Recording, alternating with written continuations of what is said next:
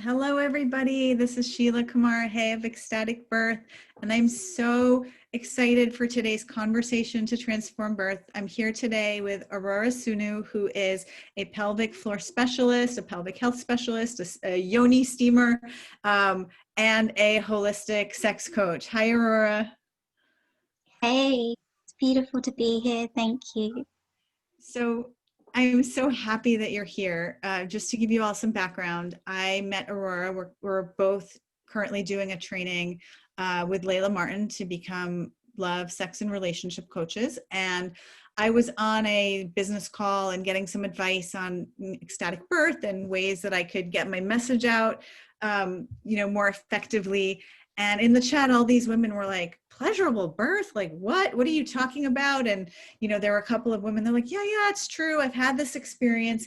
And Aurora shared that actually what she does is she rebirths her children every year on their birthday. And so I was really intrigued because I feel like a lot of times when I'm sharing about ecstatic birth, so many of the women I work with put so much emphasis on the actual birth experience, as they should. It's a very big and important rite of passage. But that said, sometimes you don't have the birth that you want. And sometimes you have things in your past that get in the way and, stuff comes up. So rather than walking away from your birth feeling like, oh, like I failed, which doesn't serve anybody, certainly not, mother or baby, I love to open the doors to possibilities that actually like everything was perfect. And there are so many gifts here for you, even if you didn't have the experience that you wanted to have. And so rebirthing, I believe, is a really big part of that. I don't have a ton of experience with it, which is why I'm so happy for you to meet Aurora and have her tell you a little bit about your rebirth experience, her rebirth experiences. So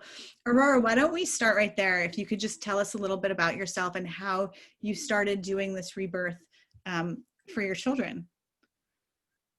Yes, so I didn't have beautiful births. I had really medicalized experiences. I had some deep trauma. And yeah, it was a process of really being outside of myself.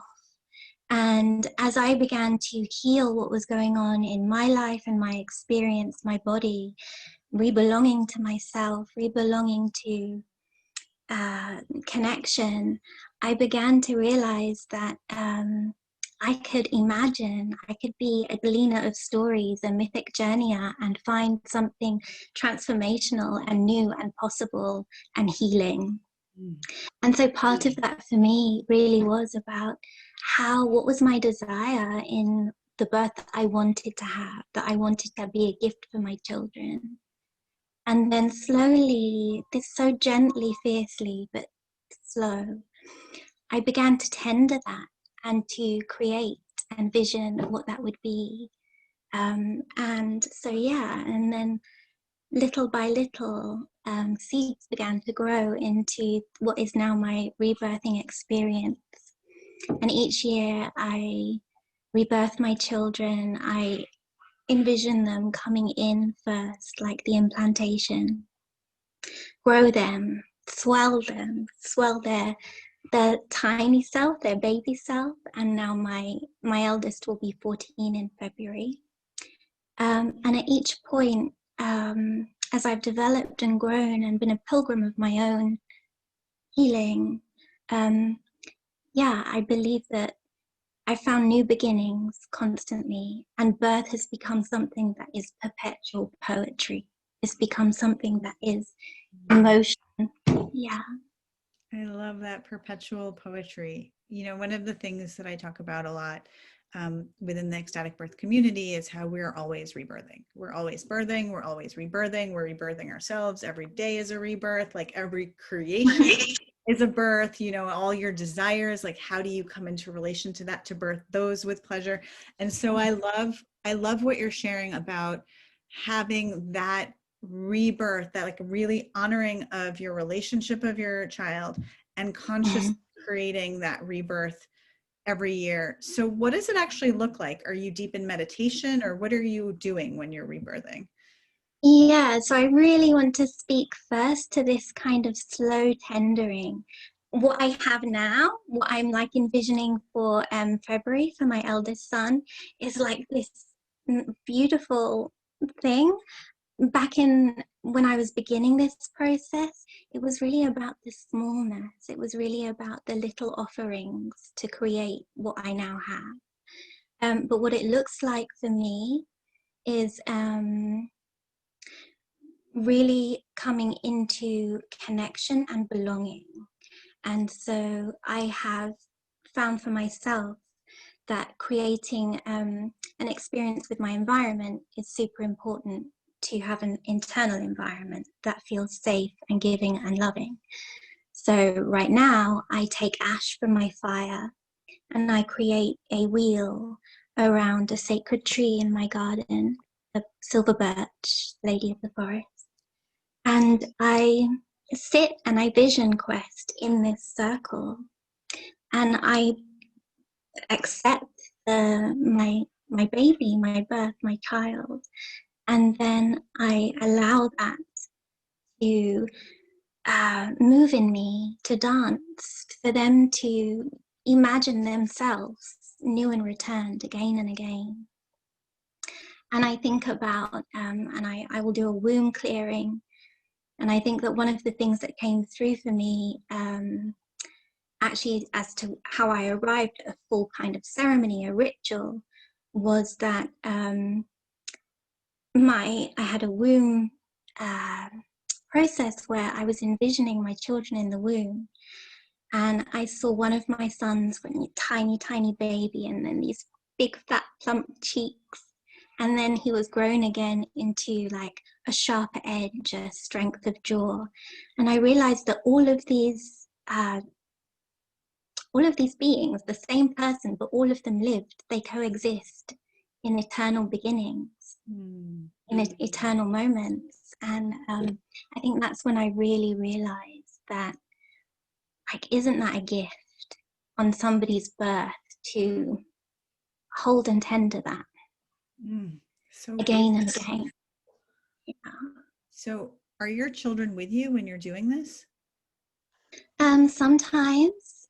So my youngest loves ceremony, and the ways that I belong my children into this in different ways is, I don't like make a massive deal out of it for them.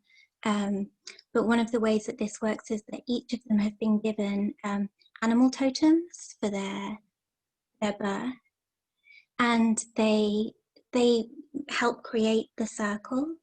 So in July, when my youngest has his birthday, we have white lilac flower. Jew's mantle is always out, and he will create the circle with the ash and the flowers, and he'll bring his totems and he'll sit. And yeah, I have a beautiful picture of him this year where he's watching the sunset, and we drummed and we danced, and it was gorgeous. And I'm thinking about, my own teenagers and how teenagers can be. Your children grew up doing this with you. So do they ever resist or say, Mom, like, what? Leave me alone. There's never any force or grasping. Like, this isn't something that, this began as my healing, as my kind of ritual. And then over time, I've really begun to realize how unique and special that is for each of them. And how, I don't know about you, but each time my children have like a birthday, just a few weeks before, there'll suddenly be a shift, a change, and a subtle kind of newness. And I'm like, who are you? This being is right there, and there's something unimagined, there's something unfathomable that I had no realization of, and suddenly it's expanded into awareness. And I'm like, that's beautiful. And so respecting and honoring that. Yeah. Wow, I can really feel the reverence in everything that you're sharing. And I want to go back to when you said this was a vehicle for your own healing. How did that come about, and how did you notice it shifting, whatever was hurting inside or felt traumatized inside? Yeah. Yeah, thank you for that. So For me, trauma can best be described as severance. Trauma is a separation, an unbelonging from yourself, from community, from relationship to the earth, to everything. Mm. And that was really my experience. And for a long time, I knew that I needed to face this in order to make all my fractal parts whole. Yeah. But yeah, we resist. Oh. And then my body broke one by one. I had terrible menstruations. I had endless miscarriages. I had many health issues. I had autoimmune disease after autoimmune disease starting to pick up. And then one day, the next one came and it was vitiligo. And I noticed on my vulva just this massive, this patch of like glowing whiteness. And I was like, my body at every point, I really believe that our bodies really want us to belong to our healing. We know we've evolved to heal trauma. Our bodies are wisdom keepers. And yeah, I met myself through that experience, and I knew that it was time to tender to what was going on for me. Yeah, and I can feel now that's a softness, that's hard. There's a grief. You have to meet your grief. You have to meet your anger. Yeah.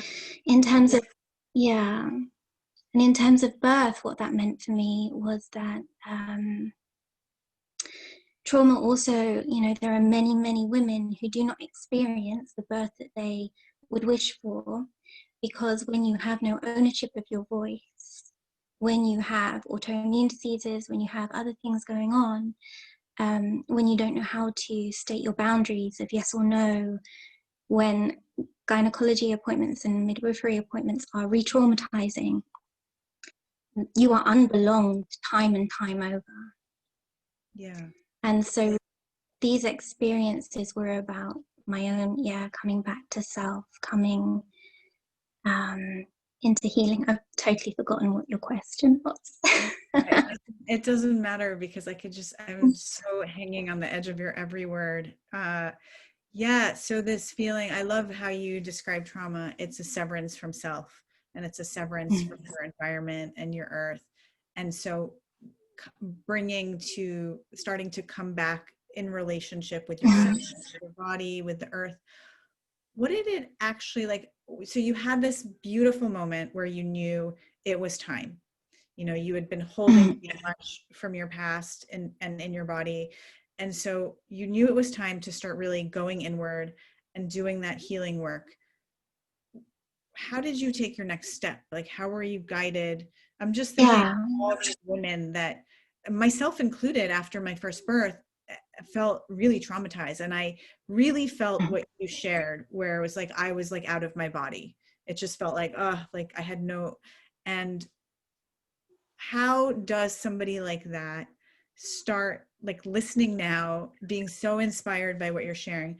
What's the first baby step she can take in direction of coming back to herself and in relation with her body? Yeah, compassionate presence. That is like the key. Compassionate presence. When you can give yourself presence, your body presence, the parts of you that you have shamed, the parts of you that you have disowned, the parts that are disinherited from aliveness, that's when you can begin to give place, honor, I made a ritual, my body as a ritual space, and I began to tend to it with love, with care. And it was painful and it hurt and it was difficult because my innate response was to get away from myself. I really desperately had spent all of my life trying to jump from my pain.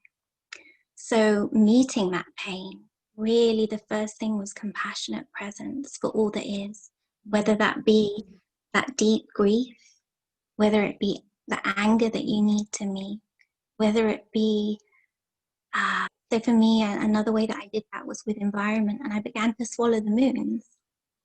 So every new moon, every full moon, I swallowed that moon deep down into my pelvic bowl, and I let it sit and wax and wane and bloom into what it needed to and give me message. Yeah. So beautiful. Mm. So when you began doing this rebirth process for your children, what was your intention?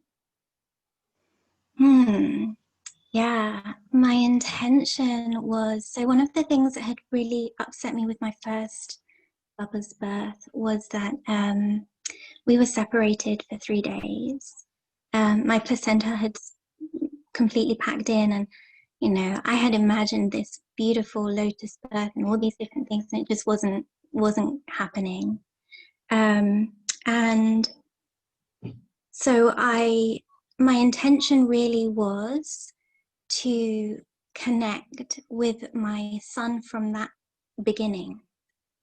So although by this point, because he was my eldest son, he was already like 7 years old probably at the time that I began, I knew that I wanted to offer him a touch that I hadn't been able to give him. I wanted to offer him a placenta. And so I actually have what I gave him here. This is a little heart crystal. Okay. And then I decided there was a real grief that my placenta hadn't fed him. He was small for dates. He was born early. He was 3 pounds. I could see through his skin when he was born. He fit in my husband's hand.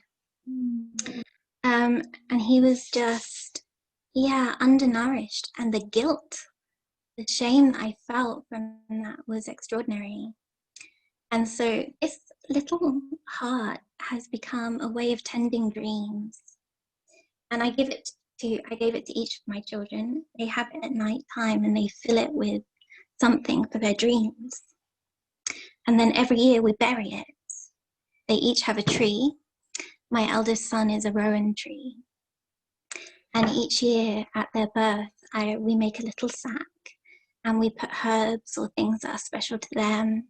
They might write something that they want to release, something that they want to imagine possible. And I give that to them. That's theirs to do. I don't look at it. I allow them to create that magic. And then, we bury it for 3 days. And then after 3 days, we unearth, and then they put their dreams back in. Oh my goodness. So beautiful. So beautiful. I love the consciousness and the amount of love that you are putting into these rituals with your children. And I'm so curious how you feel that has affected your relationship with each of them, how it's affected them. What do you see as the benefits of doing such a conscious rebirth with each of them? Yeah, so I think again, it's this beautiful way of beginnings always being possible. There is no one beginning. There are concentric circles, there are spirals and labyrinths of beginnings. And so for my children, you know, I now they have a tree, but it didn't start that way. First of all, it was just about finding a tiny heart, a symbol of love for the placenta. Then next came, okay, like the year of your birth, let's plant a tree for the year of your birth. Then it becomes about, you know, the ritual of tending to that tree. And if my children are upset or there's something happen in their lives or something happy, joyful, they go find their tree. They're like, if we're having a moment where mummy's in meltdown, I'm like, no. Let's go find the birch tree. Let's go find the rowan tree. Let's go find the oak tree. And then they touch it. They belong to it. And they'll find like sticky amber or birch sap, or they'll find a little ant crawling. And that's something for them. But now that's a way of them weaving their connection to their birth story, for what's growing for them. Yeah. So beautiful. I hear so much nourishment in what you're sharing, both for yourself and for your children. So much nourishment in their own bodies, but also in relation to the earth, which is so beautiful. Yeah. And now my littlest one, because he's obviously experienced this with his brothers, he's fully invested in this, and he will very naturally and organically, without it's his own impulse to be like, I'm gonna go to my tree. Yeah. So really what I hear in taking your birth experiences, which were maybe not what you had wanted, and consciously creating and honoring that, you know, that wasn't a finite moment in time, but that you can keep coming back and keep honoring that, the becoming of your children, that by doing that, you've really gifted them that infinite possibility of creation in their own lives as well. Yeah, and they recognize the cycle of that.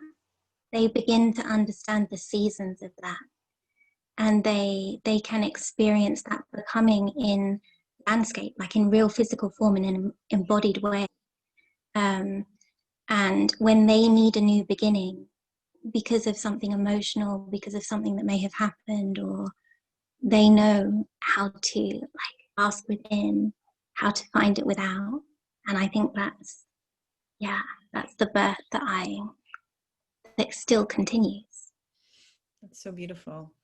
So beautiful. And I'm thinking about a lot of times when I share about ecstatic birth, women who are way past their childbearing years, right? So their children grown up out of the house, they have a lot of grief. Oh, I wish I had known. Oh, and we do as moms, we feel so responsible for every aspect of what we give to our children, whether or not it's in our control.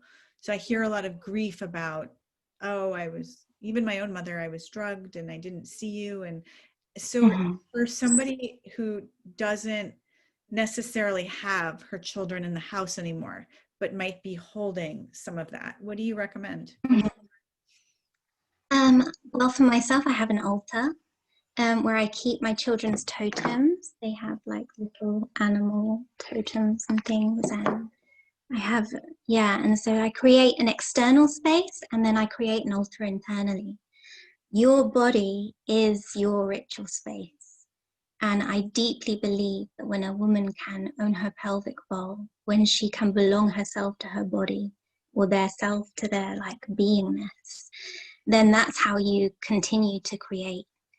And whether you have a womb still or not, the energy space of a womb, it's fully available for you to absolutely tend to that grief, to meet it, and to imagine what then starts to happen when you like rock your hips, when you begin to imagine the pleasure of accepting birth, of accepting life.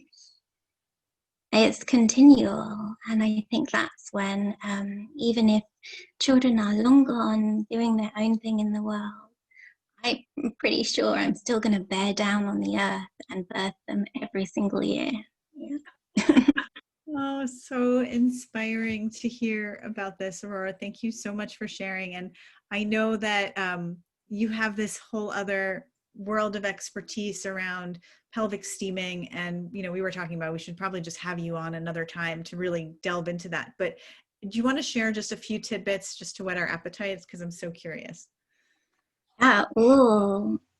Yeah, so I love, this is another way of belonging back to the body, becoming the art that you need. And steaming has been a beautiful practice for me in terms of healing, of connecting presence with the pelvic bowl, of really coming into an awareness of my body, my cycle, the moon.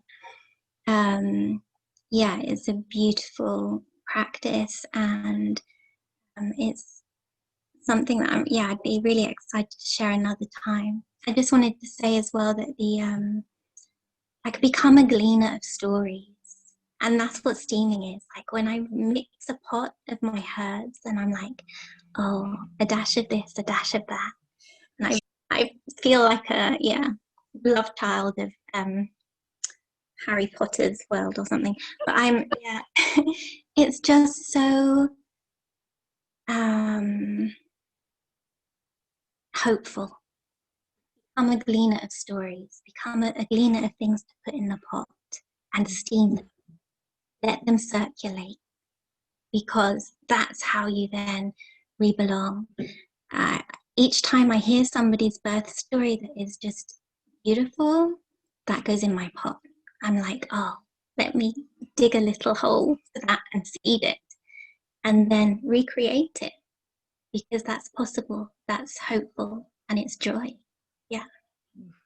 So beautiful. So beautiful. Yeah, we're definitely going to have you back to talk more about the pelvic steaming.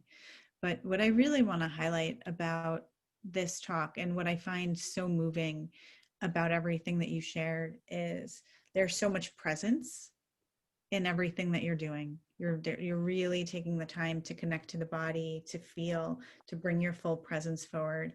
And I forget the exact term you used, but that sense of like really feeling compassionately towards yourself. You know, we have such a habit of like self-flagellation, like I'm not doing it right, I didn't do this, I failed, right? And that's unfortunately our cultural inheritance at this moment in time. But what I find so tender about everything that you're sharing is, you know, you really can't do anything wrong. And this is really like a core piece when I work with women in birth. You know, yes, it's great to talk about like all the pleasure you can integrate and how you can use pleasure to really support your flow in labor and birth. But there's also this shadow side, and a core piece of that shadow side is knowing that like everything is perfect, and what are the gifts within, even if it's not an experience that you had hoped to have, even if it's vastly different from what you'd hoped to have, knowing that there's so many gifts there for you. And I hear that so strongly in your story, that you taking that presence and that compassion have been able to really like reap the gifts of all of your experiences, you know, both good and bad, air quotes, because nothing really is, right? But just that you've really been able to like reap the gifts for yourself, for your body, for your family, and also, you know, with the people that you support in your work. Yeah, and then it becomes collective, because then it's not just about your own story and your own healing. It's really about how do we belong that in the world with others? How do we like listen and tend and have compassionate presence for all of that? So beautiful. Is there anything that you didn't share that you want to make sure to share before we say? So much. Um, let me just think one last. Yeah, you know, I think there is no need for something to be big and fierce and bold and humongous. Like that slow tendering one candle. You can do one small to re-belong and to reimagine and rebirth. Yeah, thank you so much. I'm so grateful that you came to share your wisdom today. If people want to connect with you and work with you, how can they reach you? Oh yes, I'm pretty horrible at all things technology. But I have just started up my Instagram. I'm an Insta newbie, and so that's probably the best place to get in contact. And I'll be sharing my opening my shops, my blends. I've got some in the background there, and yeah, that's the best way to keep up with my offerings. Okay, so I will definitely put your Instagram handle in the notes here so people can find you.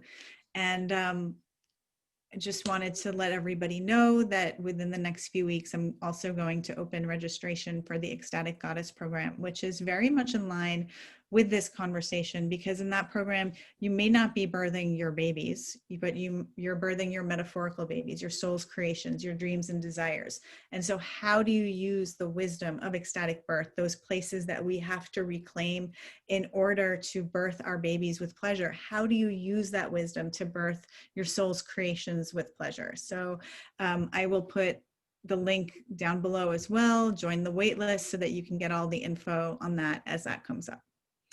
So Aurora, thanks again for coming here. It's really been such a pleasure to have you and to hear you and to feel the depth and breadth of your journey and the wisdom that you have to offer the world. Thank you. Thank you so much. Lots of love.